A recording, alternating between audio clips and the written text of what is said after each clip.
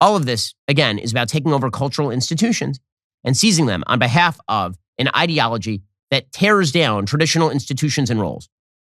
That is what this is. And, the best evidence of this is what's currently happening in the military. So yesterday, John Kirby, who is the spokesperson for the Defense Department, John Kirby was asked on Dan Abrams Live about the quote-unquote woking of the military, the fact that there's now equity training being done in the military, the fact that we're now supposed to pretend that men can be women can be men in the military, and public is supposed to fund those surgeries and all this. And John Kirby's like, there's no wokeness in the military. None of this is woke. This is just normal. It's a bogus claim. There's no wokeness in the military. The military is and it should be, a diverse organization. We're supposed to represent and defend all Americans. And our diversity, and I've seen this myself firsthand aboard ships at sea, the diversity of the United States military makes us stronger, it makes us smarter, helps us make better decisions. There's no wokeness. They're driving a stake through a straw man. So there's no wokeness in the military. Also, the thing that makes the military the strongest is not military readiness, efficiency, objective metrics. What makes it stronger is diversity. But there's no wokeness in the military, says John Kirby, before providing a pretty good definition of wokeness in the military.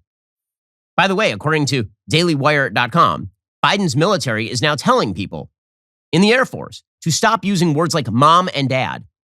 Because after all, we wouldn't want to offend anyone. There's no wokeness in the military, though, guys. No wokeness in the military. These traditional roles, the traditional notion that mom and dad are a good thing and that a child should have a mom and when did it become controversial to suggest that a child deserves a mother and a father? If you deprived a child of a mother or a father, this would make you a child abuser. But in our society, we have decided that mother and father are no longer words that can be said because there are too many kids who have been brought into families who don't have a mother or father. And after all, we can't pretend that there's a superiority of having a mother and a father over having two dads, two moms, three moms and a chicken. None of that matters. It's all equally, it's the same. It's the same, exactly the same. According to Daily Wire, in yet another indication of how wokeness has permeated the American military under the Biden administration, Air Force cadets have been instructed not to use gender-specific terms like mom or dad. They've been told to replace such terms with words like parent or caregiver. That instruction was featured at the Air Force Academy in Colorado as part of the diversity and inclusion training. Yes, there's no wokeness in the military except for the DEI training over in the military.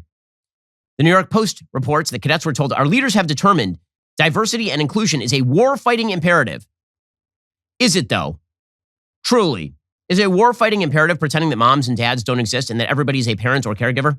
Again, I make a joke every single Father's and Mother's Day that it's either primary, caregiver of unspecified gender, or secondary, legal guardian of unspecified gender. Every single Mother's or Father's Day, people are like, why do you keep making that joke? I keep making the joke because you guys don't get to pretend that you care about Mother's Day or Father's Day when you don't actually believe that we can celebrate mothers or fathers qua mothers or fathers.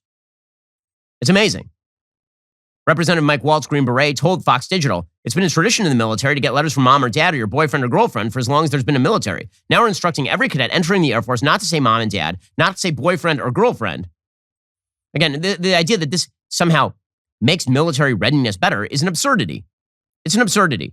Because guess who tends to fight wars? The people who tend to fight wars are typically very patriotic, very male people. I mean, I'm sorry to break it to you, but this has been the truth about military warfare for literally all of human history. And the institution of traditional masculinity has been core to that idea. But we're a society that doesn't believe in traditional masculinity. Traditional masculinity is an opponent because traditional masculinity requires roles. It says that men are supposed to protect, men are supposed to defend, men are supposed to be strong, men are supposed to be fathers and husbands. These are apparently very bad things now. You're not supposed to say these things because these things are restrictive. And as we all know, true human happiness is to be found without any restrictions. Roles must be exploded. All cultural icons must be taken over. All traditional masculinity must be discarded in favor of a kind of unicized masculinity that denies the reality of duty, denies the reality of manhood itself. That is the goal, right? It's why there's so much emasculation in popular culture these days. It is why our popular culture basically says that men who pursue women are the baddies in movies now. But all sorts of sexual profligateness of every other sort is the ultimate good. It's a pretty amazing thing.